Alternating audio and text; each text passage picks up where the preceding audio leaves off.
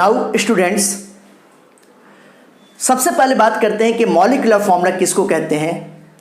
आप सभी लोग जानते हो कि किसी भी कंपाउंड्स के मॉलिक्यूल को वो दो या दो से अधिक अलग अलग तरीके के एलिमेंट से मिलकर बना होता है और उसको एक पर्टिकुलर सिंबल से, पर्टिकुलर फार्मूले से रिप्रेजेंट करते हैं। इसी को कहते हैं मॉलिक्यूलर फॉर्मूला। जैसे अगर मैं वाटर के एक मॉलिक्यूल की बात करूं तो इसका H2O है। इसी तरीके से सोडियम क्लोराइड के एक मॉलिक्यूल की बात करूं तो NaCl है। ग्लूकोज के एक मॉलिक्यूल के बात करूं तो इसका मॉलिक्यूलर फॉर्मूला C6H12O6 है। सुक्रोज के एक मॉलिक्यूल की बात करता हूं तो इसका मॉलिक्यूलर फॉर्मूला C12H22O11 है। सल्फ्यूरिक एसिड के एक मॉलिक्यूल की बात करता हूं तो इसका मॉलिक्यूलर फॉर्मूला H2SO4 है। यानी कि कहने का मतलब क्या हुआ कि मॉलिक्यूलर फॉर्मूला क्या है कि किसी भी कंपाउंड का अगर एक मॉलिक्यूल है तो वो एक मॉलिक्यूल दो या दो से अधिक अलग अलग एलिमेंट से मिलकर बना होगा और वो एलिमेंट एक सर्टेन नंबर में होते हैं। उन एलिमेंट के एक सर्टेन एटम्स प्रेजेंट होते हैं जब उनको कॉम्पैक्ट फॉर्म में रिप्रेजेंट करते हैं। इसी को कहते हैं मॉलिक्यूलर फॉर्मूला। तो देखिए मैंने लिखा हुआ है कि actual number of atoms of various elements present in a molecule of compound, it is called as the molecular formula.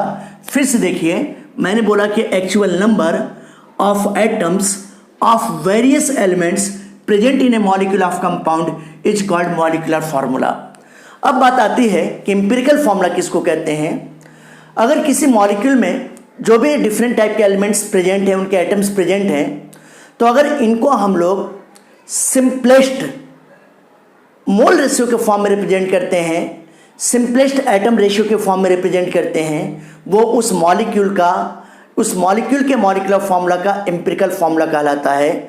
ठीक है ना। ये देखिए मैंने लिखा है कि सिंपलेस्ट होल नंबर रेशियो, ये देखिए simplest whole number ratio of atoms of various elements present in one molecule of compound is called empirical formula.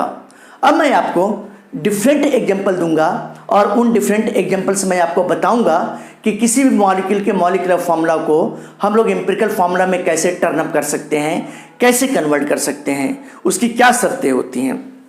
जैसे मैं यहाँ पर एक एग्जांपल ले रहा हूँ, ध्यान दीजिएगा।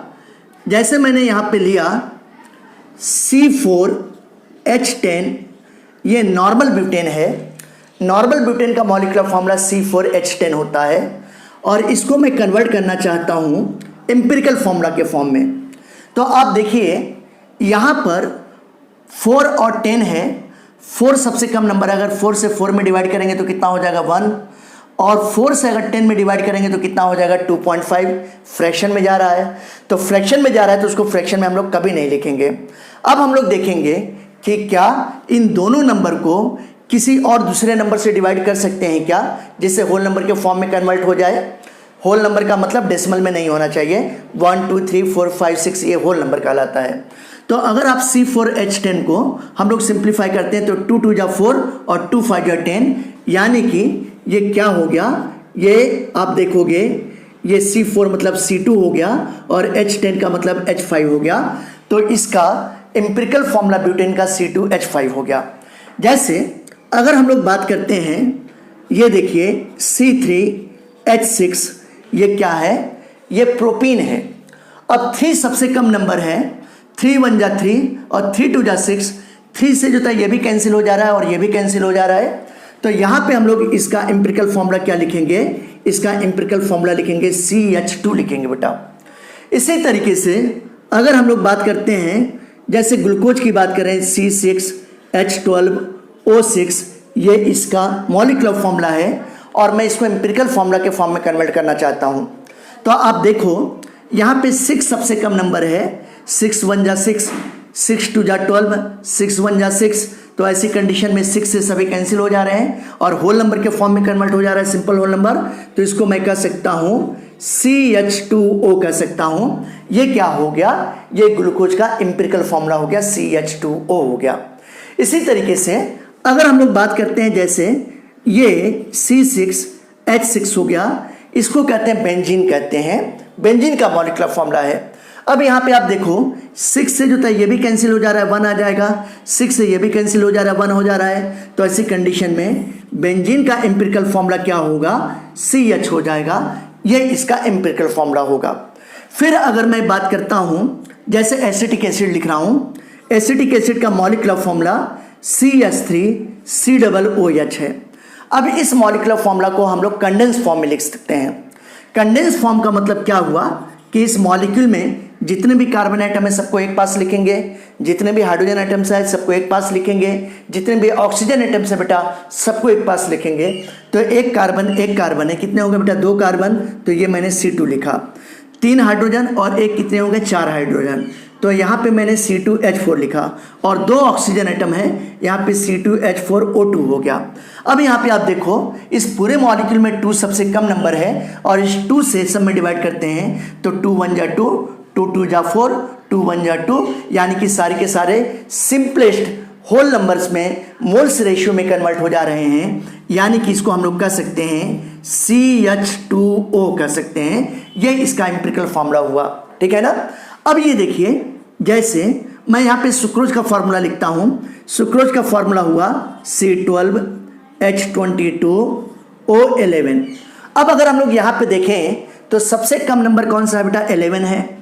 11 से 11 में डिवाइड करेंगे तो 1 आ जाएगा, 11 से 22 में डिवाइड करेंगे तो 2 आ जाएगा, 12 में 11 से डिवाइड करेंगे तो 1 पॉइंट समथिंग आ जाएगा, मतलब डेसिमल में आ रहा है, फ्रैक्शन में आ रहा है।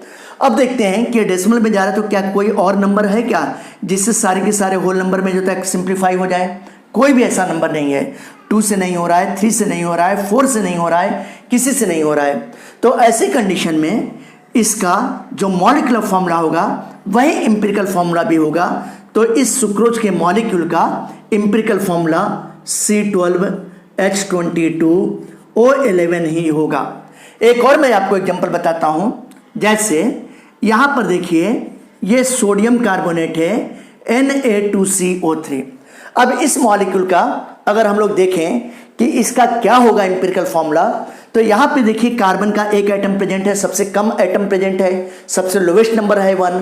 तो अगर 1 से 2 में डिवाइड करेंगे तो 2 ही आएगा, 1 से 1 में डिवाइड करेंगे तो 1 ही आएगा, 3 में 1 से डिवाइड करेंगे तो 3 ही आएगा। यानी कि कहने का मतलब जो तक क्या हो गया कि इसका भी अगर आप देखोगे तो इसका जो मॉलिक्यूलर फॉर्मूला है वही एम्पिरिकल फॉर्मूला है, तो Na2CO3 हो गया। ये बातें आप ध्यान रखिएगा, ये चीज़ें आपको समझ में अब आ गई होंगी कि कैसे किसी कंपाउंड का जो मॉलिक्यूलर फॉर्मूला है उसके एम्पिरिकल फॉर्मूला में कन्वर्ट कर सकते हैं। तो एम्पिरिकल फॉर्मूला में एटम्स के रेशियो, मोल्स रेशियो, एटम के नंबर मॉलिक्यूलर फॉर्मूला में प्रेजेंट एटम के नंबर से डिफर भी कर सकते हैं या फिर जो था सेम भी हो सकते हैं। ये मैंने आपको एग्जांपल दिया। इसके बाद मैं आपको कुछ फॉर्मूले बताने जा रहा हूं, इन फॉर्मूले को आप ध्यान से समझिएगा। इसके ऊपर बेस्ड हम लोग डिफरेंट टाइप के न्यूमेरिकल्स करेंगे। ये चीज़ें ये आपको समझ में आ गया होगा। अब आइए हम लोग कुछ फॉर्मूले देखते हैं और इन फॉर्मूले के ऊपर बेस्ड हम लोग न्यूमेरिकल्स करेंगे।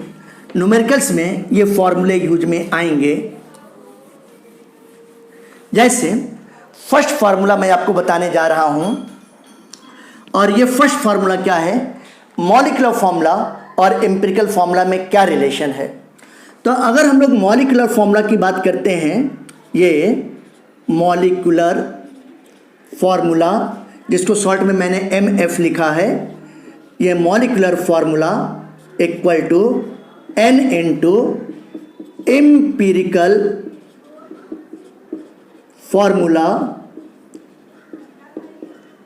ये दोनों में आपस में रिलेशन होता है कि molecular formula equal to N into empirical formula. ये मैंने आपको रिलेशन का पहला फॉर्मूला बताया, ये बात आप ध्यान रखिएगा। यहाँ पर N क्या होता है, N कोई भी इंटीग्रल नंबर है और ये इंटीग्रल नंबर क्या हो सकता है, ये 1 2 3 4 ऐसे करके कोई भी नंबर हो सकता है। ये नंबर जनरली होल नंबर के फॉर्म में होता है, ऑलमोस्ट होल नंबर के फॉर्म में होता है। और अगर होल नंबर के फॉर्म में नहीं है, जैसे सपोज कीजिए कि कहीं पे लिखा है 1.9 तो उसको 2 मान लेंगे बेटा। जैसे कहीं पे लिखा है 2.8 तो उसको 3 मान सकते हैं, कहीं पे लिखा है 4.8 तो उसको 5 मान सकते हैं, कहीं पे लिखा है 4.1 तो उसको 4 मान सकते हैं, कहीं पे लिखा है 4.2 तो भी उसको जो तो 4 मान सकते हैं। ये बात आप ध्यान रखिएगा। वैसे मोस्टली आप जब क्वेश्चन करोगे, इसके न्यूमेरिकल करोगे, तो ये n की वैल्यू हमेशा इंटीग्रल नंबर में 1 2 3 4 5 इस नंबर में ही आएगा। फिर अगर हमको यहाँ पे n की वैल्यू जो तो फाइंड आउट करना है किसी क्वेश्चन में, तो n की वैल्यू कैसे फाइंड आउट करेंगे, इसका भी फार्मूला होता है। तो अगर ये n की वैल्यू फाइंड आउट करते हैं तो मॉलिक्यूलर फार्मूला को मॉलिक्यूलर फार्मूला मास के फॉर्म में कन्वर्ट करेंगे, इसको मोलर मास भी कह सकते हैं। इसी तरीके से एम्पिरिकल फार्मूला को एम्पिरिकल फार्मूला मास या एम्पिरिकल मास के फॉर्म में कन्वर्ट कर सकते हैं, एक ही बात है। तो ये देखिए n इक्वल टू क्या होगा, ये मॉलिक्यूलर फार्मूला मास जिस भी सब्सटेंस का दिया हो उसमें एम्पिरिकल फॉर्मूला मास अगर इससे डिवाइड कर देते हैं तो हमको n की वैल्यू पता चल जाती है। ये बात आप ध्यान रखिएगा, ये चीजें। फिर आप देखोगे कुछ क्वेश्चंस ऐसे होते हैं न्यूमेरिकल्स जिनमें वेपर डेंसिटी दी होती है, मोलर मास डायरेक्ट नहीं दिया होता है। तो हम लोग कैसे वेपर डेंसिटी से मोलर मास निकालेंगे, वेपर डेंसिटी और मोलर मास में क्या रिलेशन है, इसके लिए भी एक फार्मूला हम लोग पढ़ते हैं। तो ये देखिए, किसी भी सब्सटेंस का मोलर मास या इसी को कहते हैं मॉलिक्यूलर फार्मूला मास, एक ही बात है, मोलर मास बोलिए चाहे मॉलिक्यूलर फार्मूला मास बोलिए। तो जो मोलर मास है इसको निकालने का फार्मूला होता है बेटा n into empirical formula mass या एम्पिरिकल मास, कुछ भी बोल सकते हैं। ये सॉरी, हम लोग वेपर डेंसिटी के बीच में रिलेशन फाइंड आउट कर रहे हैं ना, वेरी वेरी सॉरी। मैंने आपको बोला कि अगर किसी क्वेश्चन में वेपर डेंसिटी दिया है तो कैसे करेंगे, तो molar mass equal to 2 into उस सब्सटेंस का जो भी वेपर डेंसिटी दिया है उस वेपर डेंसिटी से मल्टीप्लाई कर देंगे 2 से, तो आपका मोलर मास निकल आएगा। तो ये थर्ड फार्मूला हुआ। और इस टॉपिक से रिलेटेड न्यूमेरिकल्स में ये फार्मूले आपको काम आ सकते हैं। फिर से देखिए, मैंने आपको बताया कि मॉलिक्यूलर फार्मूला और एम्पिरिकल फार्मूला में क्या रिलेशन होता है। Molecular formula equal to n into empirical formula, जहाँ पे n कोई इंटीग्रल नंबर होगा, ये इंटीग्रल नंबर 1 2 3 4 5 6 कुछ भी हो सकता है, फ्रैक्शन में नहीं होगा। लेकिन अगर कभी किसी केस में जैसे क्वेश्चन करते हुए बहुत रेयर ही ऐसा केस आएगा, अगर किसी क्वेश्चन में जैसे सपोज कीजिए कि 2.9 आ गया या 2.98 आ गया तो उसको आपको 3 मान लेना है। जैसे किसी क्वेश्चन में 2.1 आ जाए या 2.2 आया तो वहाँ पे उसको जो था होल नंबर में 2 मान लेना है बेटा। तो ऐसा केस बहुत कम ही आएगा। जैसे मान लीजिए कि किसी क्वेश्चन में आ गया 4.8 आ गया तो उसको आपको 5 मान लेना है। जैसे किसी क्वेश्चन में 4.1 या 4.2 आ गया तो उसको 4 ही मान लेना है। तो ऐसे केसेस बहुत रेयरली आएंगे। जनरली आपको n की वैल्यू होल नंबर के फॉर्म में मिलेगा, इंटीग्रल नंबर के फॉर्म में मिलेगा और उसकी वैल्यू 1 2 3 4 5 ऐसे ही होती है बेटा। ये बात आप ध्यान रखिएगा। दूसरा फार्मूला मैंने आपको बताया कि अगर ये n है जो इंटीग्रल नंबर है, इसकी वैल्यू फाइंड आउट करनी है तो मॉलिक्यूलर फार्मूला मास या जिसको मोलर मास कहते हैं उसमें एम्पिरिकल फार्मूला मास से डिवाइड कर देंगे तो n की वैल्यू मिल जाती है। इसी तरीके से तीसरी बात मैंने बताया कि किसी किसी क्वेश्चन में सब्सटेंस का मोलर मास ना देके उसकी वेपर डेंसिटी दी रहती है। तो अगर वेपर डेंसिटी दी गई है तो molar mass equal to 2 into vapour density. Vapour density का अगर डबल कर देते हैं या 2 से मल्टीप्लाई कर देते हैं तो उस सब्सटेंस का मोलर मास फाइंड आउट आ जाता है। ये बातें आपको समझ में आ गई होंगी, ठीक है ना।